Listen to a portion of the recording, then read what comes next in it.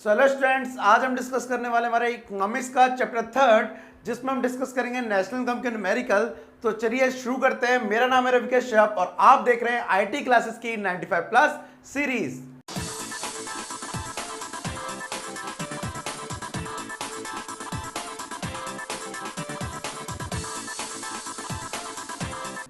तो well student, जो topic है आज का वो हमारा चैप्टर कौन सा है? थर्ड है। और चैप्टर थर्ड का कौन सा पार्ट डिस्कस करने वाले हैं हम? Part first.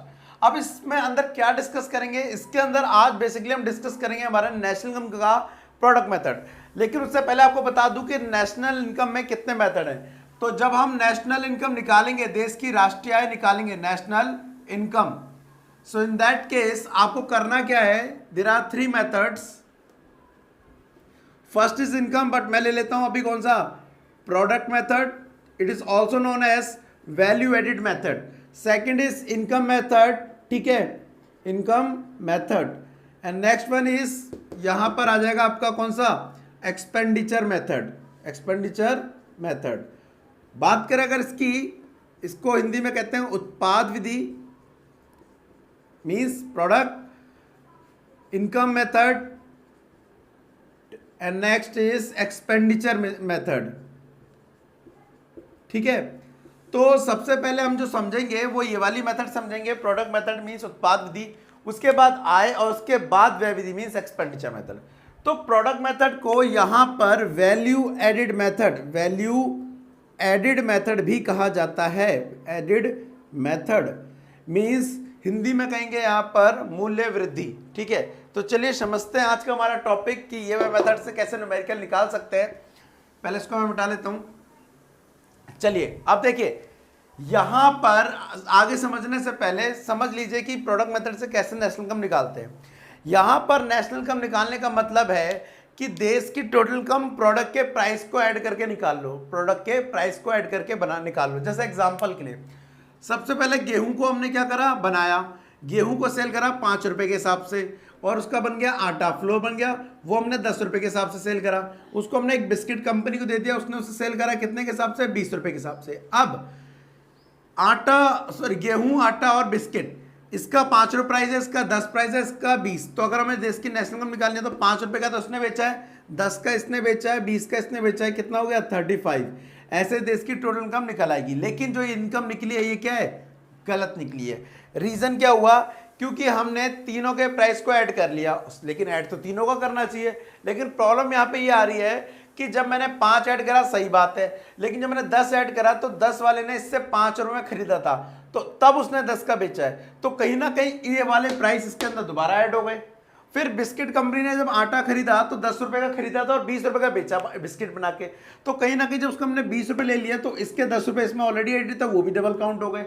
तो कहीं ना कहीं प्रोडक्ट मेथड में अगर हम ऐसे हर कमोडिटी के फुल प्राइस को ले लेंगे तो प्रॉब्लम ऑफ डबल काउंटिंग होना संभव है, मींस डबल काउंटिंग हो जाएगा। डबल काउंटिंग का मतलब क्या है? यहाँ पर एक एग्जांपल लेते हैं। मान लो मेरी सैलरी 50,000, मैंने आपको अपने नीचे अंडर जॉब पे रखा, मैंने कहा मैं आपको दूंगा 20,000।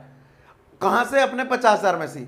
तो अब मैंने, आपने काम करा, मैंने आपको 20,000 रुपए दे दिए। अब आ रही है टोटल सैलरी कितनी है? तो टोटल सैलरी आपकी 20, मेरी 50, टोटल 70 हो गई। लेकिन क्या एक्चुअल में 70 है? नहीं, एक्चुअल में कितनी है? 50, क्योंकि मेरे 50 में से ही मैंने आपको 20 दिए, तो 20 और मेरे बच्चे कितने? 30, 50 हो गए। लेकिन नॉर्मली देखने में कितना लग रहा है? 70, जो कि गलत है। तो वैसे ही यहां पर निकल के आ रही है नेशनल इनकम 35, जो कि नहीं है। तो कैसे निकालेंगे? पहली चीज, या तो फाइनल गुड्स का प्राइस ले लो, फाइनल गुड्स का प्राइस, अंतिम वस्तु की कीमत, या तो कितना निकला? 20, या जितना ये वैल्यू एडिट कर रहे हैं वो ले लो। जैसे 5, अब इसने कितने रुपए बढ़ाए हैं? 5, इसने कितने रुपए बढ़ाए हैं? 10, टोटल आ गया 20। तो इस तरह से हम नेशनल इनकम को निकाल सकते हैं। चलिए अब शुरू करते हैं। हमारे बेसिकली ये तो था क्वेश्चन, यहां से थ्योरिकल क्वेश्चन बन सकता है कि वैल्यू एडिड मेथड क्या होता है और इसके प्रिकॉशन क्या होती है, और एक और आ जाता है डबल काउंटिंग सिस्टम, दोहरी गणना की समस्या क्या होती है, वो भी आपको समझना पड़ेगा। ये वाला एग्जांपल आप दे सकते हैं। अब इसके न्यूमेरिकल करने के लिए आपको पहले तो फॉर्मूले समझना जरूरी है।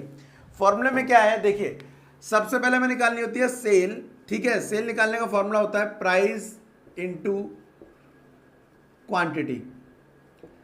हिंदी वालों से मैं बोलना चाहूंगा, पहले आप ये न्यूमेरिकल ना इंग्लिश में सीखिए। जब आपको एक बार इंग्लिश में आ जाएंगे ना तो हिंदी में समझना क्या हो जाएगा, इजी हो जाएगा। ठीक है, तो पहले मैं आपको ये सारे न्यूमेरिकल इंग्लिश में समझा रहा हूं। ठीक है, sale is equal to price into quantity, means ये मार्कर कितने का है, मान लेते हैं, ये एक्चुअल मान के लेते हैं 20 रुपए का है, और हमने कितने 10 सेल करे तो कितने का हो गया, 200 का। तो ऐसे हम क्या निकाल सकते हैं, सेल निकाल सकते हैं। दूसरी चीज यहां पे निकाली जाती है change in stock. Change in stock, change in stock का मतलब होता है कितना हमने प्रोड्यूस किया। कैसे निकालते हैं, closing stock, closing stock minus opening stock.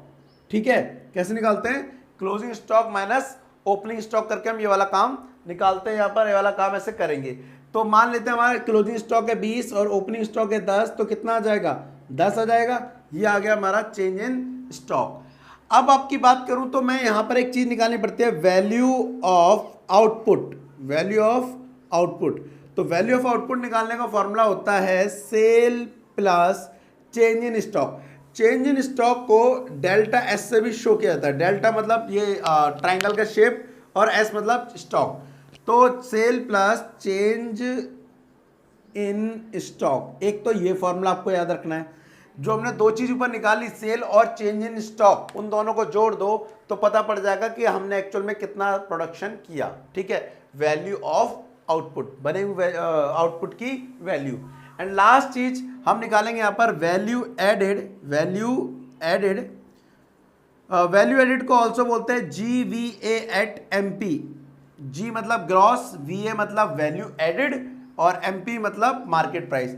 जिन लोगों ने पिछले चैप्टर की वीडियो नहीं देखी है ना, उनको थोड़ा एक कम समझ आएगा। क्यों, क्योंकि मैंने इनकी टर्म्स वहां पे समझाई हुई हैं। तो पहले वो वीडियो देख लो, उसके बाद ही देखोगे तो आपको ज्यादा समझ आएगा। ठीक है, चलिए उसके बाद बात करते हैं वैल्यू ऑफ आउट एडिट करने निकालने का फॉर्मूला होता है value of output minus intermediate consumption. Intermediate consumption, ठीक है, कंजम्पशन या कॉस्ट, बात एक ही है, दोनों में से कुछ भी लिखा होता है। तो अगर आपको देखो ये दिया होगा इंटरमीडिएट कॉस्ट, आपको सेल दिया होगा, आपको चेंज स्टॉक दिया हो, तो आप क्या निकाल सकते हैं, वैल्यू एडेड निकाल सकते हैं। एग्जांपल के लिए मैं यहां पे लेता हूं, हमारे को प्राइस दिया है 5, क्वांटिटी दी है 20। ठीक है, डेल्टा स्टॉक ऑलरेडी कैलकुलेट करके दिया है, नहीं तो आप ले लीजिए क्लोजिंग स्टॉक, समझा देता हूं आपको, 10, ओपनिंग स्टॉक 5 की जगह क्या 20 ले लो, माइनस में निकाल लेंगे हम। और इंटरमीडिएट कॉस्ट वो ले लो आप यहां पर कितनी 100 ले लो, 100 नहीं 80 ले लो। अब आपको यहां पे कैलकुलेट क्या करना, आपको कैलकुलेट करना है GVA at MP question mark. GVA at MP का मतलब आपको पता है यहां होता है वैल्यू एडेड।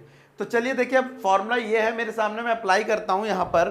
तो सबसे पहले हम क्या निकालेंगे, सेल 5 इंटू 20 दैट इज 100। फिर चेंज इन स्टॉक निकाल लेते हैं, तो change in stock closing minus opening.